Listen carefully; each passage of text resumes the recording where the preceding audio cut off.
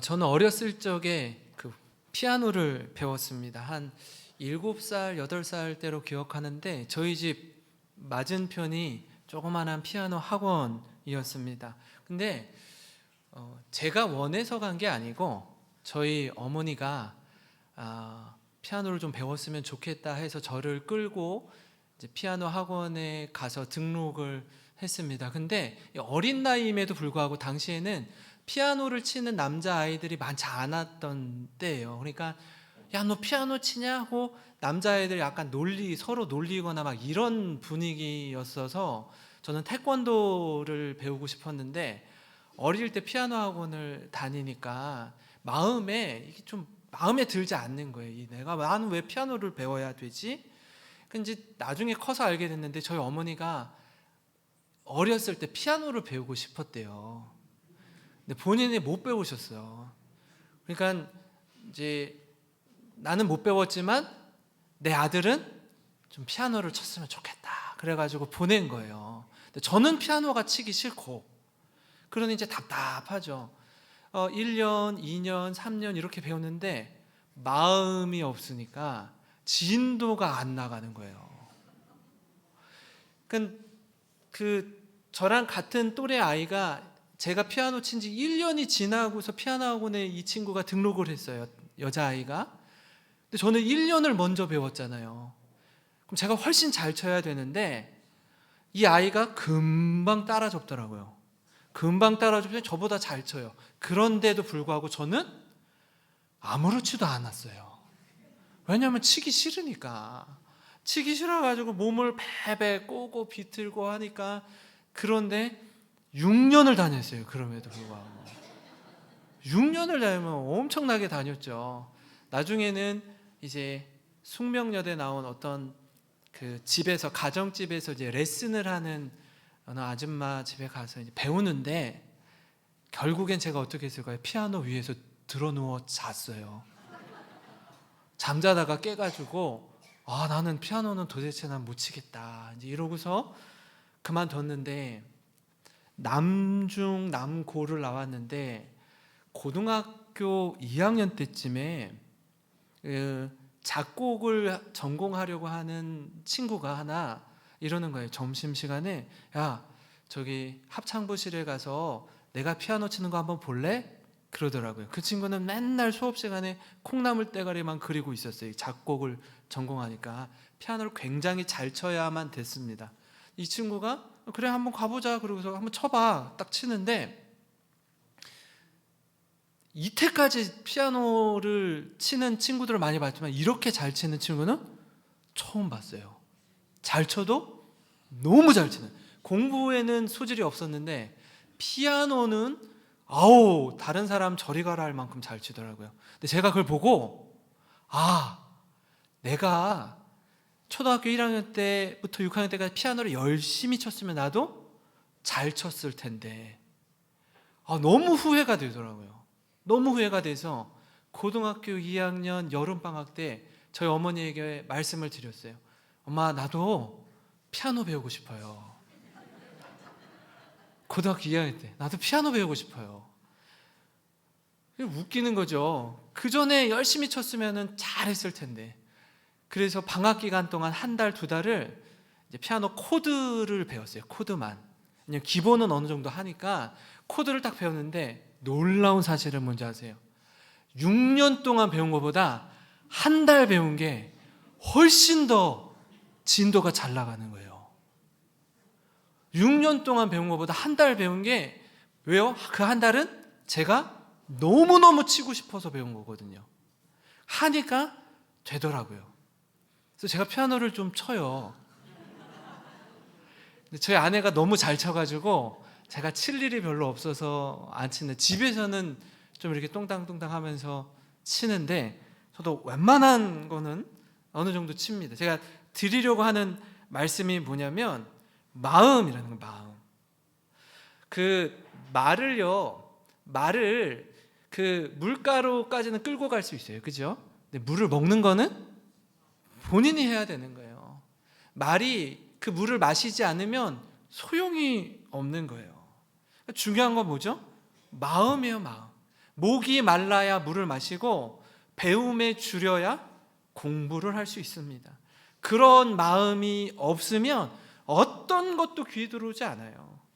오늘 본문은요, 이 모세가 두 번째로 하나님과 대면해서 십계명 돌판 하나 깨뜨렸잖아요. 그죠? 던져서 금송아지 사건 때 한번 깨뜨리고 다시 올라가서 두 번째 돌판을 받아가지고 온 후에 성막을 짓기 전에 이스라엘 백성들의 헌신을 담고 있습니다. 그러니까 그러니까 하나님의 임재가 머무는 곳, 하나님의 임재를 상징하는 성막을 지으려면 재료가 필요합니다. 재료가 필요해요. 건축 비용이 필요합니다. 모세가 이스라엘 백성들에게 이렇게 말합니다. 35장 5절인데요. 너희의 소유 중에서 너희는 여호와께 드릴 것을 택하되 마음에 원하는 자는 누구든지 그것을 가져다가 여호와께 드릴지니. 하나님이 이스라엘 백성에게 요구하실 때요, 없는 걸 요구하지 않으세요. 너희의 소유 중에서 드릴 것을 택하라고 합니다. 그렇게 십시일반 이스라엘 백성들의 소유를 하나님께 드려서 성막을 짓는 재료로 사용하는 거예요. 그렇게 성막을 짓는데요, 이처럼 이 함께 지어져가는 교회의 모습 가운데 첫 번째는 뭐냐면요, 오늘 말씀의 제목처럼 마음이 먼저라는 거예요. 마음이 먼저라는 거예요. 하나님은 성막을 짓는 과정에서, 교회를 세우는 과정에서 모든 성도들이 참여하게 하십니다. 참여하되 아주 중요한 부분이 뭐예요? 바로 마음입니다. 마음. 예물을 드리는 자의 마음이에요. 어떤 마음으로 드리느냐, 그 마음을 하나님이 유심히 보십니다. 21절 말씀인데요, 한번 같이 읽어보겠습니다. 시작. 마음이 감동된 모든 자와 자원하는 모든 자가 와서 회막을 짓기 위하여 그 속에서 쓸 모든 것을 위하여 거룩한 옷을 위하여 예물을 가져다가 여호와께 드렸으니. 아멘. 마음이 감동된 모든 자, 자원하는 모든 자, 이걸 받으시는 거예요. 이걸 받으시는 거예요. 감동을 받은 마음, 자원하는 마음입니다. 이 마음이 없으면 성막을 짓는데 동참할 수 없습니다. 이 마음이 있으면 즐거이 헌신할 수 있습니다. 마음이 없으면요, 여러분 드리지 않아도 돼요. 안 하면 그만입니다. 괜시리 마음이 없는데 드리고 나서 후회하면 그것만큼 어리석은 일이 없습니다. 이스라엘은 모세가 처음 십계명을 받으러 시내산에 올라갔을 때 산 아래에서 지은 죄가 있죠. 그 죄가 뭐죠? 금송아지를 부어서 섬긴 죄입니다. 그때도 어떻게 했죠? 금과 은 귀고리를 부어서 만들었어요. 그것도 또 다 갖다 바쳐서 만든 거예요. 이 일로 이스라엘 백성 중에 3,000명이 죽임을 당했습니다. 이게 얼마나 큰 죄였는지 몰랐던 이스라엘 백성들이요, 엄청난 충격을 받았어요. 그리고 시간이 지나 두 번째 십계명을 가지고 내려온 모세가 제안합니다. 그러자 어떻게 합니까? 가장 먼저 저들이 마음을 드려요.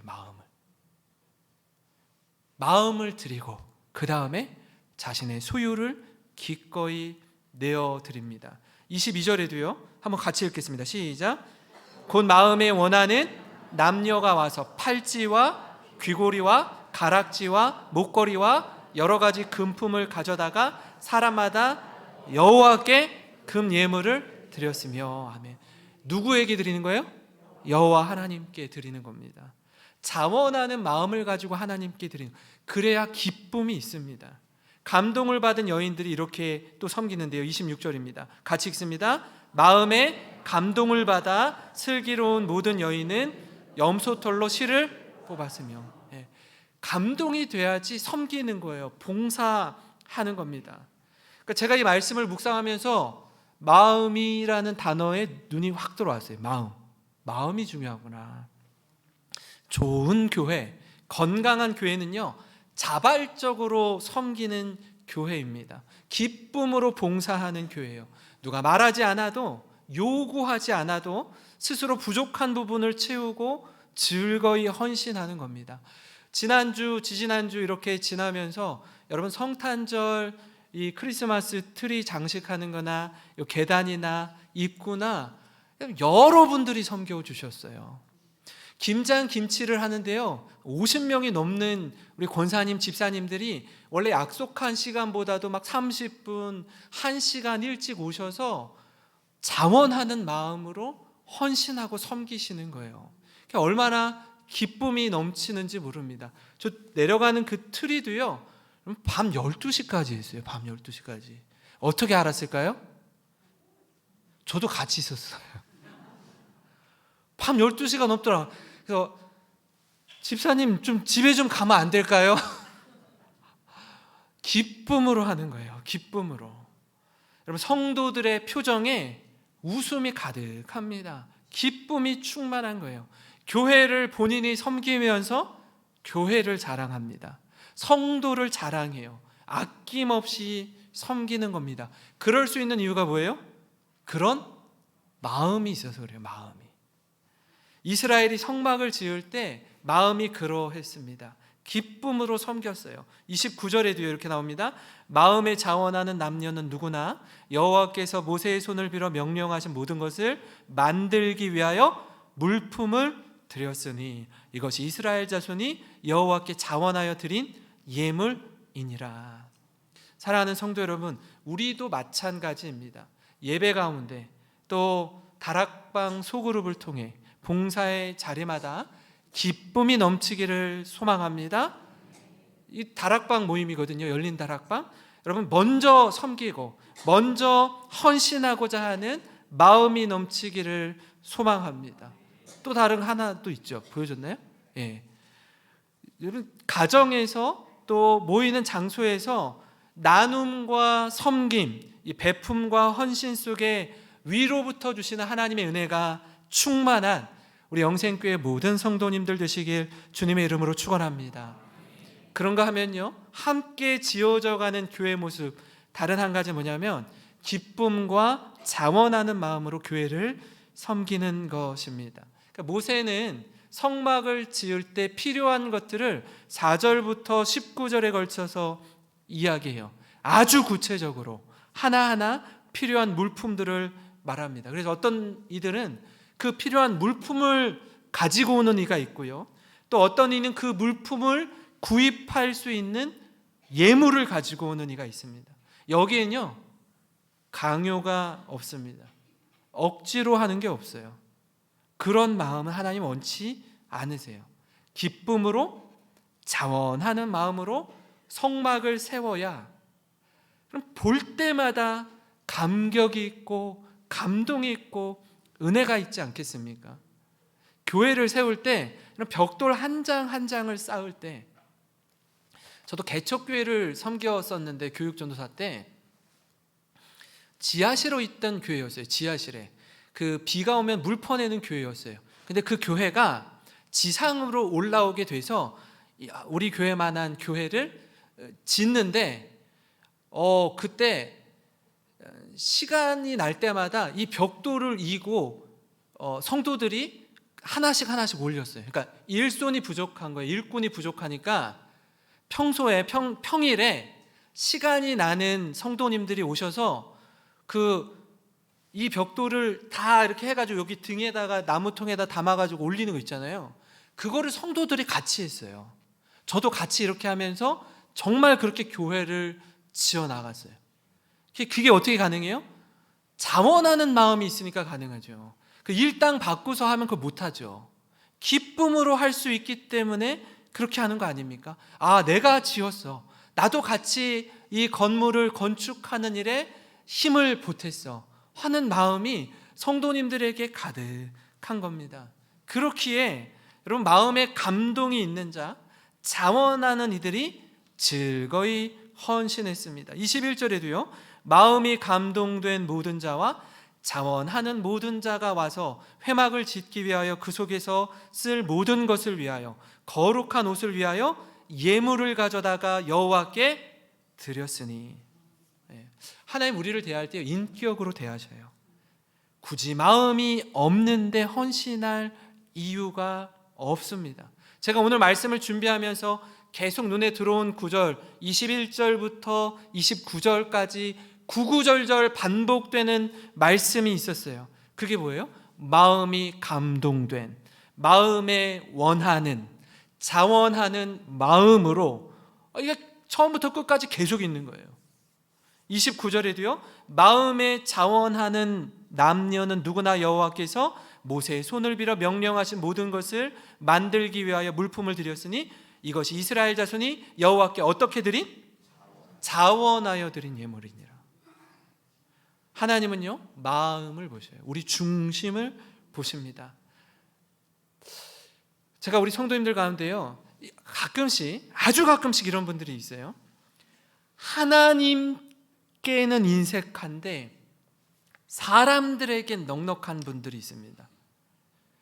다시요. 하나님께는 인색한데 사람에게는 넉넉한 분들이 있어요. 그러니까 왜 그런가 했더니 하나님께 드리는 건 그렇게 눈에 띄지가 않아요.